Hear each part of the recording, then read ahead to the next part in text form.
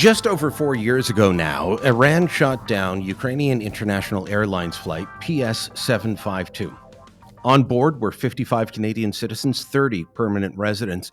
Many people were Iranian nationals who had moved away, who had gone home for the Nowruz holiday, for a time with family and friends. They were taken out of the sky by the Iranian Revolutionary Guard Corps, a group that many believe is a terrorist organization, but one that the Trudeau government has so far refused to designate as such. Since that time, a voice has emerged from one of the oddest places, the backbenches of Ontario's legislature. Goldie Gamari, an MPP who represents a rural Ottawa riding, suburban and rural, you might say, in Ottawa Carleton, has become one of the strongest voices on this issue. And then over the last several months, as we've been dealing with the protests and the counter protests against the Hamas terrorist attack against Israel on October 7th, she has stepped up even more. An Iranian Canadian standing with Israel to defend what she believes is the right thing. Many people are noticing, and that's why we want to speak to Goldie Gamari today. Goldie, thanks for the time. Thanks, you, Brian. Thanks for having me on the show.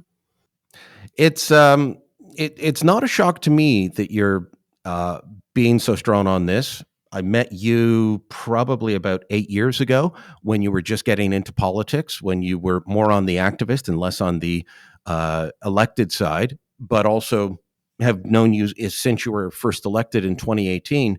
But what is it that makes you stand up and, as you're doing this week, speak out against executions of dissidents in Iran like Reza Rasaei, or speak out against those who are celebrating Soleimani, the terrorist general that was taken out by the Americans, 4 years ago? So I think for me, it's really important to speak out against this because, even though I'm a provincial politician and, international foreign policy or government affairs, intergovernmental affairs isn't really within the provincial jurisdiction. As an Iranian Canadian, as someone whose parents came to Canada in 1986 to escape an Islamofascist brutal dictatorship, given that now I have this platform, I kind of feel it's almost like my responsibility, my obligation to speak out against this, because what we're seeing happening in Iran isn't just affecting people in Iran, it's also impacting Canadians. Like, for example, just like you said, with the Islamic regime in Iran shooting down Ukraine flight PS 752 4 years ago, killing 55 Canadians and 30 permanent residents. I mean, that impacted Canadians. We're also seeing reports coming out by Dozens of families. I mean, so many people, and everyone was impacted. Everyone knows someone who was impacted by this. And here, even in Canada, we're seeing the RCMP come out and confirm that there is foreign interference happening by the Islamic regime in Iran in Canada. We're also seeing a news report from CBC recently that came out saying that the CBSA has not only blocked dozens of Iranian officials connected with the IRGC from entering Canada, they're also investigating at least 100 people in Canada with ties to the Islamic regime in Iran. Let's talk about your backstory then. You mentioned your parents came to Canada in 1986, but so did you. You were born in Iran and came here at a very young age. I'm not trying to give away your age here, Goldie, but you came here at a very young age and were raised in the suburbs of Toronto. It's public. I'm 38. Well, let's talk about that, about not about your age being 38, but this, why did your parents come to Canada? Why did they decide that, Iran, which had undergone the revolution in 1979, why did they feel that they needed to escape to somewhere like Canada, in the Richmond Hill area outside of Toronto?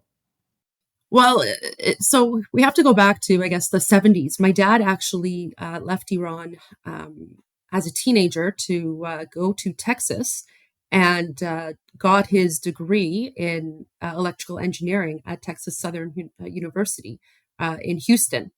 And he lived there, and he got his master's degree there as well. So he lived there for close to a decade. And after he was done, and when he went back to Iran, the Islamic Revolution had already happened. So you can imagine um, how different the country was for him. Having lived in Texas in the 70s and then going back to a country that was very, very different than one he had left. And initially, he did try to make a life there for himself. He married my mother. I was born. Um, but just the conditions were not good. There was also the Iran Iraq war happening at that time, and there was just no safety. And he just said to himself, there's no way that I can raise a daughter in this sort of society that mistreats women. He can't raise a daughter in a society that puts people in jail and just discriminates and is just a brutal dictatorship. So he decided that. Well, yeah, I think let if we can expand on that point for a moment. I think most of us will have seen the photos of what Iran was like in the 70s before the revolution and how women dressed, how women interacted in society compared to after the revolution. I mean, your mother prior to 1979 had great freedom, and after 1979 had next to none. 100%. I mean, I always enjoy seeing old family photos from before 1979 because it looks like a photo that could have been taken anywhere in Canada, in Europe, in the States. People were dressed just however they wanted to dress, and people were free. Like that was the thing. Like women were free to wear the hijab or not wear the hijab. Like in my old family photos, there were some who did, wear a headscarf. But again, it wasn't like the full on sort of black chador that we see right now, which is just sort of overshadowing and over blanketing, the entire woman.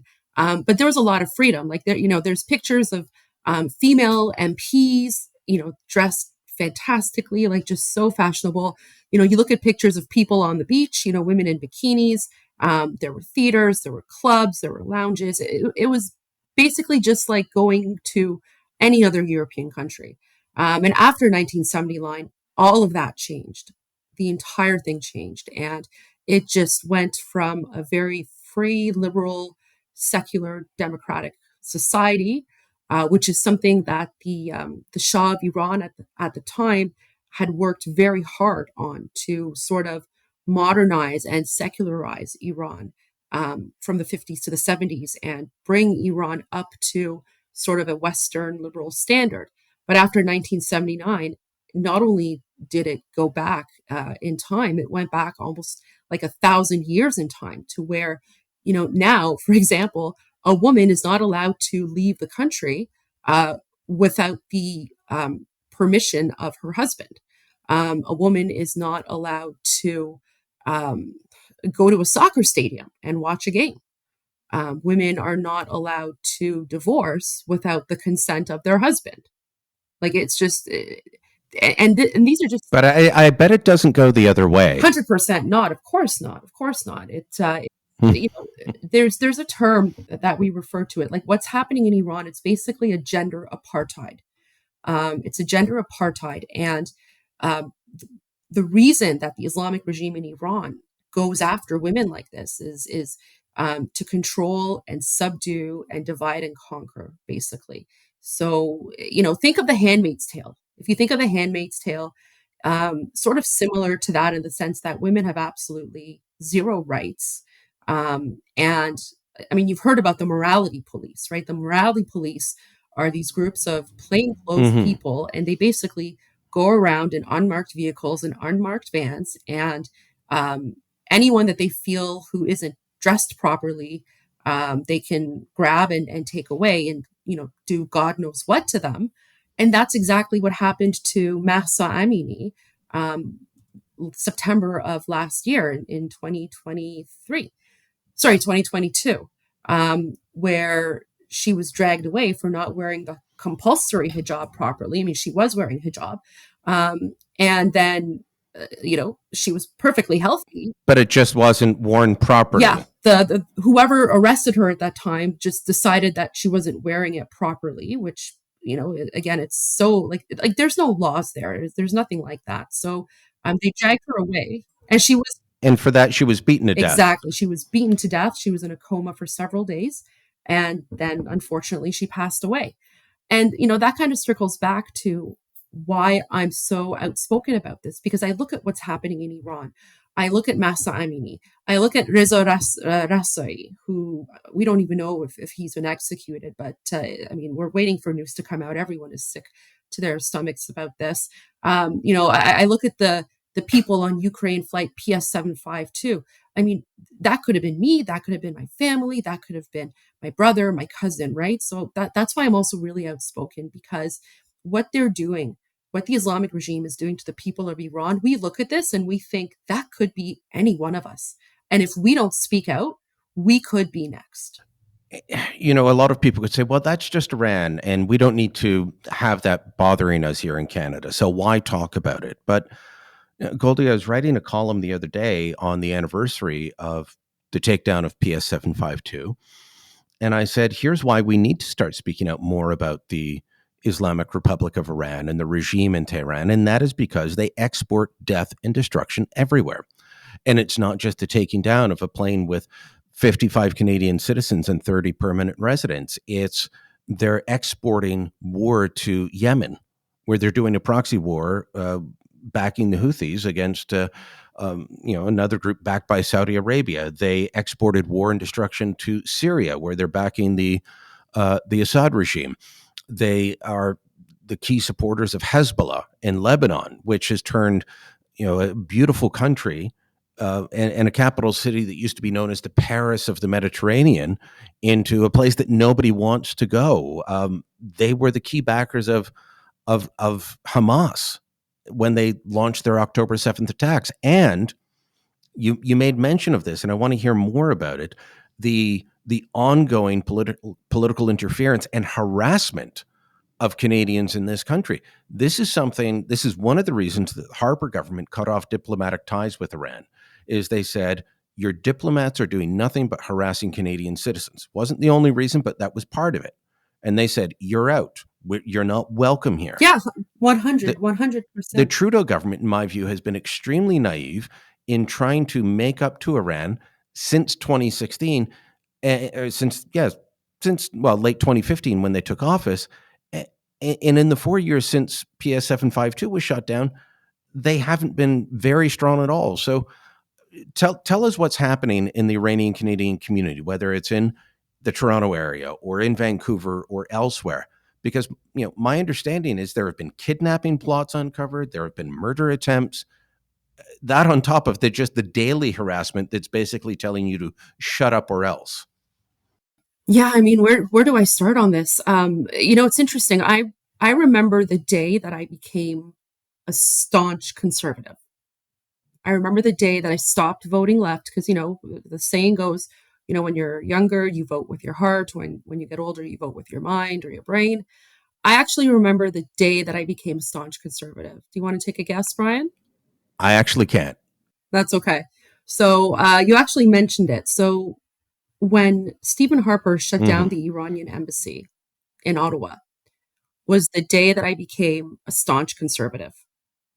Because at that point, I felt like finally there is a government that understands what Iranian Canadians are going through, that realizes the significance of the threat of the Islamic regime to Iranian Canadians, and is actually doing something about it. And for me, that was the day that I was like, okay, like this, it's go time. Like I started voting conservative after that, and started paying a little bit more attention to politics and what's going on. I was actually in my 2012 would have been my third year of law school, so I became conservative towards the end of my education, which is just a good thing, I think, for me, because with the way universities are being taught these days. Yeah. But that's a whole other topic.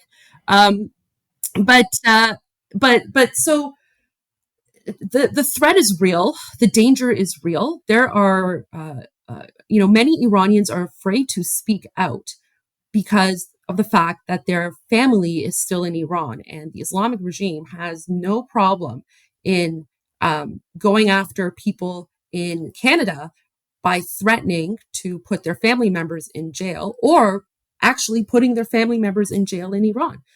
There is no due process. There's no rule of law. The kidnapping plots, 100%. That is a real thing. We see what happened in the States with Masih Alinejad and the FBI. In Canada, recently, just a few months ago, there's an Iranian Canadian. Well, tell us a little bit about that. So Tell us a little about her, because she has spoken about what Iranian dissidents in Canada deal with compared to her. Yeah. So Masih Alinejad is an Iranian who lives in the United States. She has been very outspoken about what's happening inside the Islamic regime in Iran. And I just want to qualify this, within the Iranian diaspora, there are those who view her as, maybe trustworthy, maybe not, but that's besides the point. I think that's irrelevant. But I just want to put it out there for any Iranians listening. But essentially what happened is she's been very outspoken against the Islamic regime in Iran. And the FBI actually informed her a couple of years ago that they had thwarted a plot to kidnap her. Apparently they were going to take her by boat to somewhere in South America and then fly her over to the Islamic regime in Iran so they can deal with her. So now she is under pretty much 24/7 FBI supervision. Within Canada, there are a number of individuals who are currently at risk or being monitored and supervised by security officials and RCMP because they recognize that there is this threat, this imminent danger. Just in the news a few days ago, or I think it was last week, it came out that the Border Services Agency for the United States actually caught an Iranian who was trying to get into the States at the border. And apparently this Iranian is connected to money laundering schemes for the Islamic regime in Iran, in Canada. So that's something that's being dealt with. And people go, okay, well, money, so what? But we have to think about where this money goes, where it's being funded, how it's being used. The Islamic regime in Iran is the biggest. Well, it's money laundering so that they can fund terrorism, isn't 100%. They are the largest state sponsor of terrorism in the world. You mentioned Hamas, the Houthis, Hezbollah, ISIS, Al Qaeda, the Taliban. There's also Nigeria and Africa as well. I don't know if you've heard about what's happening in Nigeria. There's a huge massacre happening there right now. Nigerian Christians are being massacred. And interestingly enough, after October 7, on October 14, the Islamic regime in Iran invited the top Shia cleric of Nigeria to go visit them in Tehran. And they had a meeting to talk about how they can continue to expand, Shia Islam in Africa and the Middle East and around the world. We've got to take a quick break here, Goldie. But when we come back, I do want to ask you about not only your activism on this file, but speaking up against what the folks in Iran call the little Satan. You have been very strong in support of Israel since the attacks on October 7th, and you face backlash over that. So I want to talk to you about why you're standing up for it and the backlash when we come back. In the wake of the October 7th attacks, Goldie, you decided to start speaking out not just on foreign affairs matters as they relate to Iran and Iranian Canadians. You were speaking out in support of Israel. You have posted videos. You have documented what you say are examples of anti-Semitism on the streets of, one of your, I use the term in air quotes, colleagues, former NDP MPP, Sarah Jama, taking part in a demonstration that went up Bay Street in Toronto celebrating the attacks of October 7th. You have spoken at a rally at Queen's Park where police told you, you should really shut this down because this is not safe. You're not safe here. So we can't protect you. So you should stop. Well, you didn't. We'll get into that. But why is uh, a woman from an Iranian Canadian family with a Muslim background um, standing up for Israel at this time when so many people would say, well, that just doesn't make sense to me? So the history between Israel and Iran goes back thousands of years. 2,700 years ago, Cyrus the Great, who was the founder of the Persian Empire, released the Jews from their Babylonian enslavement, and he took them back to the Promised Land, helped them build the Second Temple in Jerusalem, and provide them with soldiers and protection. And, the Jewish people were also able to live in the Persian Empire freely. And ever since then, there's always been a very strong friendship and connection between the Jewish people and the Iranian people.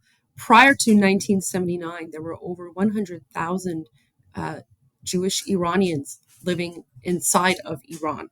And they had the same freedoms that everyone else had. After the 1979 Islamic Revolution, when the Islamic regime took over, everything changed. Um, there's a really fantastic movie called September of Shiraz, and it's based loosely based on the story of an Iranian Jewish family during the 1979 revolution. What happened to them?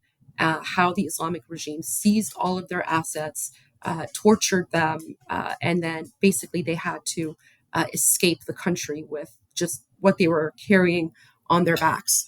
For 44 years, 45 years now, the Islamic regime in Iran has said that the United States is the big Satan and Israel is the little Satan.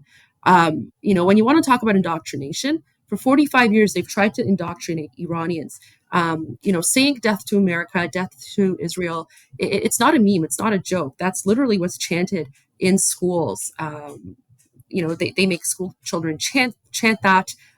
They put on these state-sponsored protests, quote unquote, where people chant death to America, death to Israel. And what happened on October 7th, this genocidal massacre by Hamas.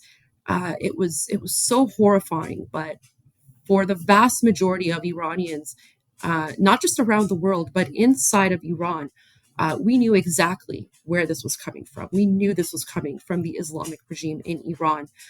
They have an agenda, they have a vendetta. All this talk about the Zionist regime and Zionist propaganda, or whatever the case, like all that language, that ideology comes from the Islamic regime in Iran. In fact, the Islamic regime in Iran, 1 week after the revolution, they created Al-Quds Day, which is basically an anti-Semitic hate fest that is, celebrated by Islamic regime radicals in not just in Iran, but in Canada, which to me is actually horrifying. But, after the October 7 massacre, the hashtag Iranians Stand with Israel started trending on X and on other social media platforms. Iranians were going out in droves to support and speak out. And that's because we are not the enemies of the Jewish people. We don't hate Israel. The Islamic regime in Iran, which is fighting Israel, is also fighting Iranians. So, we're on the same side, and we understand that the money and the funds that are used to arm Hamas is blood money stolen from Iranian people. So we're basically fighting the same fight, the same enemy. And in fact, during the Mahsa Amini protests, there was only one country in the world, one country in the Middle East that stood with the people of Iran, and that was Israel. Israel is the only democracy in the Middle East. In fact, our crown prince, or Shah Reza Pahlavi II, he has visited Israel in the past. We know that if we want peace in the Middle East, the key to that is not just to eradicate Hamas, but is to go after the head of the octopus, which is the Islamic regime in Iran. You've documented some of what you've seen in the protest because they go right by your office, they go by, close to where you live when you're in Toronto, and you've posted on this on various social media. That's caused some headaches for you with claims from National Council of Canadian Muslims that you're Islamophobic. What's your answer to that? I'm not Islamophobic. I am Islamofascist phobic, I guess, if you want to say.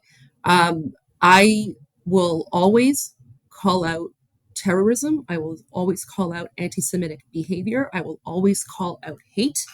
Something that was really shocking for me is when October 7 happened, there were people out in the streets celebrating. Not just in and I'm not talking about Gaza. I'm talking about Toronto. I'm talking about Mississauga. I was there. Canada. I watched That was it. just very shocking to me.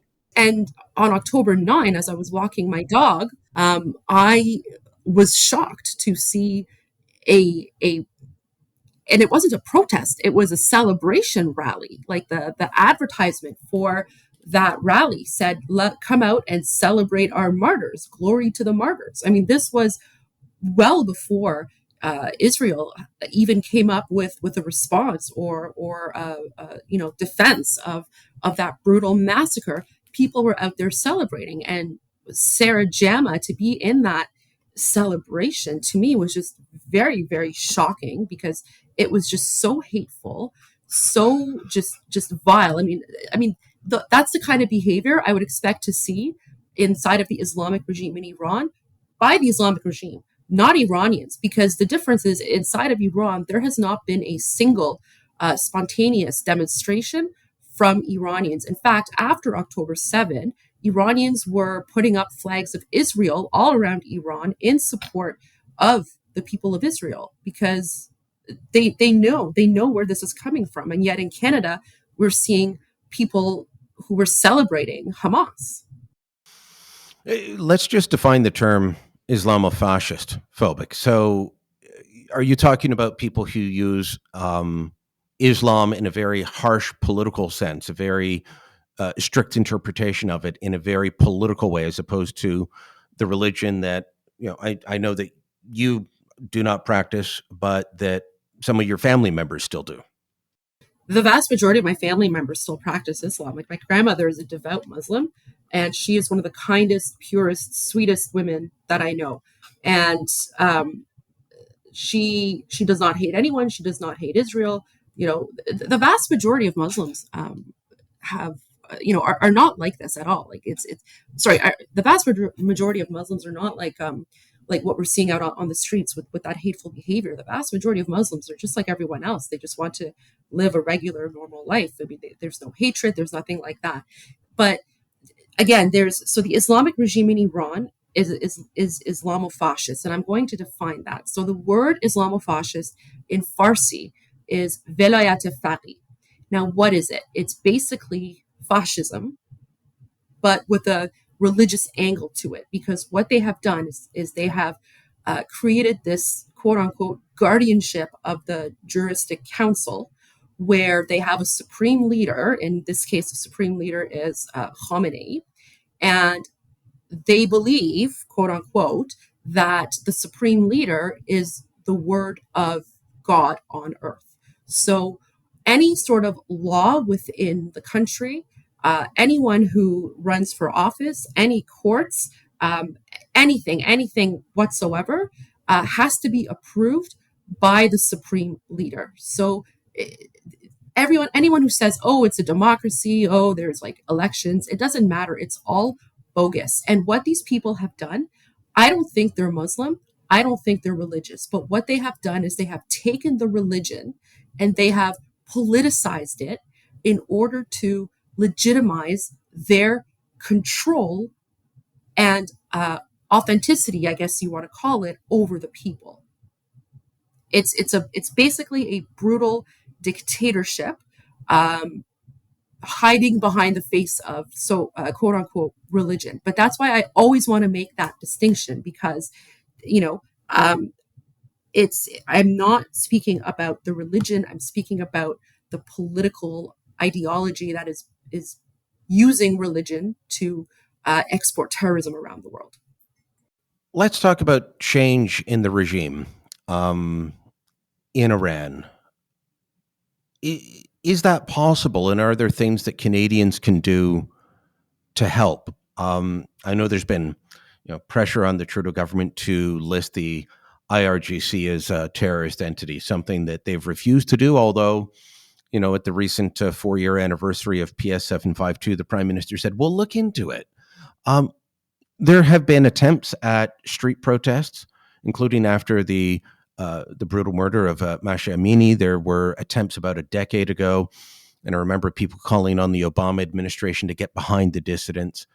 Is there an actual dissident movement in Iran that could bring about change? Because this has been, as you say, a long 45 years of a brutal dictatorship. So I'm going to answer that in two parts. The first part is the best way that Canadians can help um, Iranians and also help themselves and help keep their own country safe is by putting pressure on Justin Trudeau to put the Islamic Revolutionary Guard Corps, which is the paramilitary branch of uh, the Islamic regime in Iran, on the terror list in Canada. Because what that would do is that would effectively prevent the Islamic regime in Iran from doing business in Canada. It would allow the Canadian government to seize assets, to freeze the funding, put them back on the sanctions list. That would be the best way because, Iranian people, they're not asking for World War III. They're not asking for anyone to get involved militarily. But what they are saying is stop enabling the terrorists, stop meeting with them, right? Like, why did I still don't understand this? 1 month after Ukraine flight PS 752 was shot down by the Islamic regime in Iran. 1 month later, Justin Trudeau is meeting with the foreign affairs minister at that time, Javad Zarif, shaking his hand, bowing his head, smiling, laughing, taking pictures with him. And when I saw that, I was sick to my stomach. And I was thinking, how is this even possible? How is it possible that the Islamic regime shot down a plane, killing over 50 Canadians, and a month later you're out there shaking his hand? Like, shame on you. Shame on you. But he did that, and I don't understand why. And he still refuses to put the IRGC on the terrorist list. He's just sort of dragging it along. Is it just them being naive? I don't think so. It can't be naivete at this point. It simply cannot be. Like Iranians, we've been sounding the alarm on this. No, I don't think so. I think there's something else going on. I don't know what it is, but I think there's something else going on here. I mean, if I had to make an educated guess, look at the number of Iranians that are immigrating to Canada with money. The term that I've heard used for that is that officials with the Iranian Revolutionary Guard Corps are snow washing their money in Canadian real estate and capital markets. That was the phrase used by Shuvaloy Majumdar, who used to be with the Macdonald Laurier Institute, now recently elected MP from Calgary for the Conservatives. He's been speaking about this for years, and he says they've been snow washing their money in Canada, and then they're allowed to live here. So, and this is something that once exposed, I'll give full credit to Global News. They did the yeoman's work on this.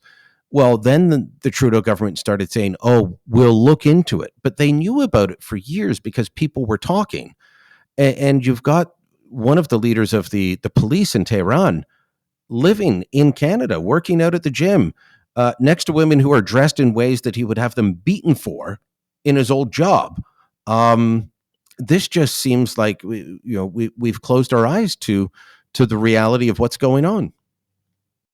100%. I mean, that guy, that terrorist working out at the gym, not only would he have them beaten, he would have them executed. Like, that man is responsible, or I shouldn't say man because he's not human. That terrorist is responsible for the deaths of 40,000 people, if not more. Like, it's horrific to see these people here, and I don't think it's naivete. What is the answer? I don't know. I think Shiv Majumdar is definitely onto something. Um, you know, again, like until someone actually goes in and officially looks at it. But I mean, within the Iranian community in Canada, we know, like, it doesn't make sense for certain people to come here with so much money and they just buy these $1 million homes and these, $1 billion assets. I mean, where is this money coming from? What's being done with it? So it's very concerning. It's very shocking. And they're also coming here and keeping tabs on Iranian Canadians here. So in that sense, it's very shocking. Do you think that part of the foreign interference that we've discussed earlier is why the Trudeau government is the way it is? And I'll point to 2016. I was in a scrum with Stéphane Dion, who was still Justin Trudeau's foreign affairs minister, and he was talking about the need to improve relations with Russia, saying that Stephen Harper had ruined relations with Russia and we really should be improving them with Vladimir Putin. It was shocking to hear then, and it's even more shocking now in hindsight. But he said the same thing about the Iranian regime, and he said that it was naive and ideological what Harper did, kicking out the diplomats. A short time later, Dion is in a meeting in Richmond Hill with people with connections to the Iranian regime. And that meeting was facilitated by an Iranian Canadian Liberal MP. Is this a case of the Liberals being captured by the dark side of diaspora politics on this file? I know exactly which Iranian Canadian MP you're talking about. I'm not going to bring his name up because we all know who he is and what he's like. He's actually the one who also tried to. He also created a petition to try and reopen the Islamic regime embassy in Canada, and showed his true colors that way. I don't think for Trudeau or Dion this is about diaspora politics. I would say for them, the most logical thing for me, if I had to make an educated guess, would be they just care about the money. If it brings money in, if it's good for their pocketbooks, I guess. I mean, I can't see them really thinking about anything else other than money here. And given some of the economic migrants we've seen coming from Iran, I mean, that to me is the most logical thing. And again, it's shameful. It's very shameful. But I think with the Liberals federally, the writing is on the wall. 4 or 5 years ago, pretty much every single Iranian would have been a Liberal. But now it's pretty much the opposite. And every day, more and more, when I go out to events, whether it's in Ottawa or in Toronto or anywhere else, Richmond Hill, and there's Iranians there, the one thing that I am predominantly hearing is we are never voting Liberal again. We're never voting Liberal again. And I think that's why Trudeau is now sort of maybe realizing, okay, maybe I misjudged this. And I actually do think that he's been playing politics with Iranian people, Iranian Canadians. And I have a feeling that prior to the next election, he's going to put the IRGC on the terrorist list in order to win back some of that Iranian vote. And if he does that, shame on him for playing politics with the lives of Iranian Canadians. Shame on him for playing politics with the blood money of the people of Iran. Because I think even if he does that, people will realize it for what it is, and I don't think they're going to vote for him. He's lost all confidence for Iranian Canadians. It will be another example of Canadian foreign policy being driven by diaspora politics, which is sadly what Trudeau has reduced our foreign policy to. Goldie, there's so much more that we could discuss. We could keep talking for a lot longer, but I thank you for your time today. And I know I'll continue to follow you on social media and what you have to say. And I encourage the audience to do the same. Thanks for the time. Thank you so much for having me on. I really appreciate it. Full Comment is a post-media podcast. My name's Brian Lilly, your host. This episode was produced by Andre Prue with theme music by Bryce Hall. Kevin Libin is the executive producer. You can subscribe to Full Comment on Apple Podcasts, Google, Spotify, Amazon Music, anywhere you get your podcast. Listen through the app or your Alexa-enabled devices. And you can help us out by giving us a rating or leaving a review and telling your friends about us. Thanks for listening. Until next time. I'm Brian Lilly.